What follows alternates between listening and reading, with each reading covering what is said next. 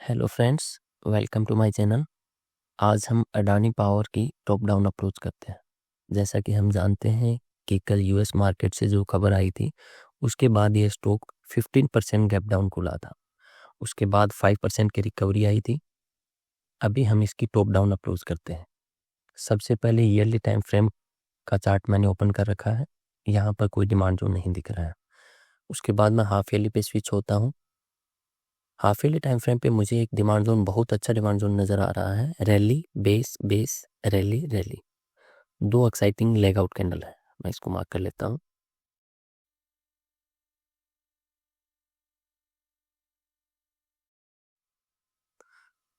इसके साथ 20 half yearly 20 में भी इसी जोन के अंदर है, तो मैं इसको मार्क कर लेता हूँ। ये जो लास्ट पिन पॉइंट होता है इसको हम मार्क करते हैं।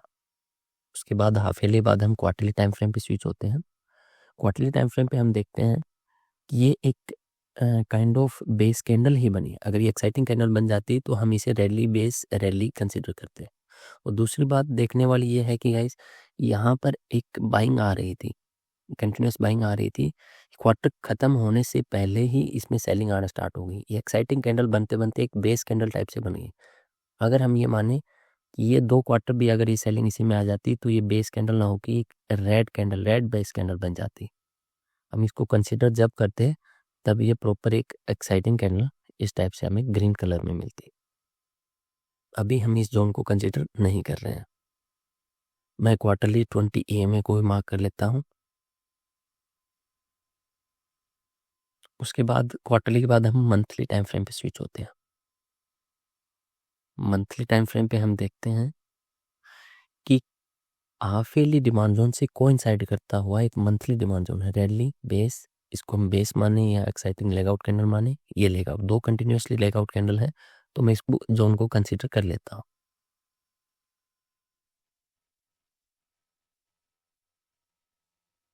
ऊपर देखें तो हम प्राइस ने अभी एक सप्लाई जोन बना दिया, मंथली सप्लाई जोन।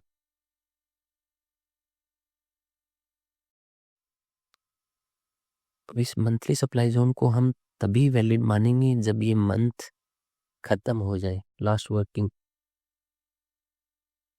क्या पता तब तक बाइंग आ जाए और ये जो रेड एक्साइटिंग कैंडल हमें देखने को मिल रही है ये एक बेस कैंडल बन जाए, तो ये जोन है वो इनवैलिड हो जाएगा।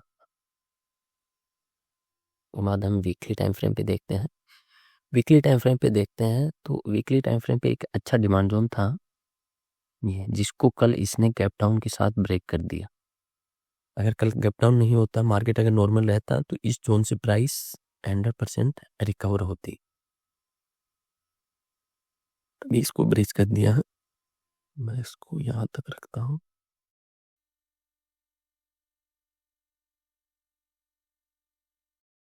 उसके बाद हम देखते हैं वीकली के बाद हम डेली टाइम फ्रेम पे स्विच होते हैं। डेली टाइम फ्रेम पे देखते हैं कि ये मल्टीपल बेस कैंडल वाला जोन था, जो वीकली डिमांड जोन अभी हम बात कर रहे थे, उसमें मल्टीपल बेस कैंडल्स है। नहीं, देखिए इसको यहाँ से जूम करते हैं। नहीं नहीं, लेग आउट कैंडल्स तो मल्टीपल है, 4 या 5 लेग आउट कैंडल है। गोल्डन क्रॉसओवर भी है, लेकिन बेस कैंडल बहुत ज़्यादा थी। गार्बेज टाइप का एरिया इसने बना दिया था। दूसरी बात, प्राइस न्यूज़ बेस अभी चल रही थी। देखिए प्राइस कल इसी में क्लोज हुई थी परसों, और न्यूज़ बेस के कारण ये कल 15% लोअर सर्किट के साथ ओपन हुई। उसके बाद कुछ कवर होके 10% बचा। ये प्राइस इस जोन में आके कल उसने रिकवर किया, डायरेक्टली ओपन हुई प्राइस इस जोन में। इस जोन की मैं बात कर रहा हूँ, जिसने प्राइस को ऑल टाइम हाई और 2 लेग आउट कैंडल के साथ दिया था। गैप अप ओपन हुआ, उसके बाद कंटिन्यूसली बाइंग आई। इस जोन ने प्राइस को 1-2 दिन के लिए रोक तो दिया है, लेकिन यहाँ से हम ये नहीं मान सकते थे कि अभी हम ये नहीं मान सकते कि यहाँ से ऑल टाइम हाई वापस जाएगा स्टॉक, क्योंकि ऊपर मंथली सप्लाई जोन भी आ गया। वीकली टाइम फ्रेम पे भी सप्लाई जोन बन गए होंगे। सेम इसी मंथली के अंदर वीकली सप्लाई जोन भी बन चुका है। उसके साथ 20 EMA भी, वीकली 20 EMA है, वो भी ऊपर से आके इसको रेजिस्ट करेगा।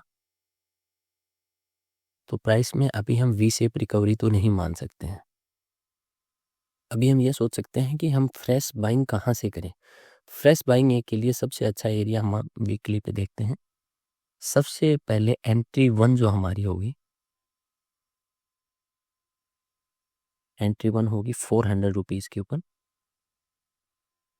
एंट्री 2 जो होगी, देखिए गाइज, एक साथ किसी भी स्टॉक में पूरा कैपिटल नहीं डालना चाहिए। दूसरी होगी 354 वाले को क्वार्टरली 20 EMA का भी सपोर्ट यहाँ हम देख रहे हैं। जो क्वार्टरली 20 देखें, क्वार्टरली 20 EMA जो हमने मार्क किया था, इसको मैं डैश डैश कर देता हूँ या सॉलिड लाइन कर देता हूँ ताकि कंफ्यूज ना हो। वीकली पे जाके देखो, ये जो सेकेंड एंट्री है यहीं पे ये है क्वार्टरली 20 EMA। इसको मैं लिख देता हूँ एंट्री 2।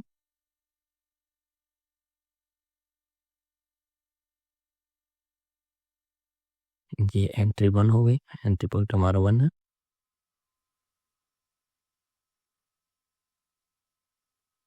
तीसरा गाइस आता है कि EMF में हम जो बाइंग करते हैं, वो वाली जो बाइंग है वो हमें यहाँ से करनी चाहिए, जो गोल्डन क्रॉसओवर के साथ है।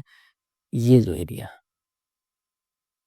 यहाँ पे हम EMF में बाइंग करके अपने पास रख सकते हैं। ये एंट्री 3 हो गई हमारी। ये है 257 रुपीज़ के आसपास। ये हाफ ईयरली 20 EMA, इसको मैं सॉलिड दे देता हूँ ताकि कंफ्यूजन ना हो। मैं लिख देता हूँ एंट्री 3। यहाँ पे हम EMF बाइंग कर सकते हैं, हमारा रिस्क मैनेजमेंट अच्छा रहेगा। और जो एंट्री पॉइंट 3 है उसको हाफ ईयरली 20 EMA का भी सपोर्ट है, तो यहाँ से नीचे जाने का चांस बहुत कम है, बहुत ही कम है। तो अभी करंट मार्केट प्राइस पे ऐसा कुछ नहीं है कि जहाँ से हमें बाइंग करना चाहिए, हमें वेट करना चाहिए। हमारी जो पहले एंट्री पॉइंट है 400 रुपीज़ का, अभी स्टॉक को कुछ दिन साइडवेज रहने देना है।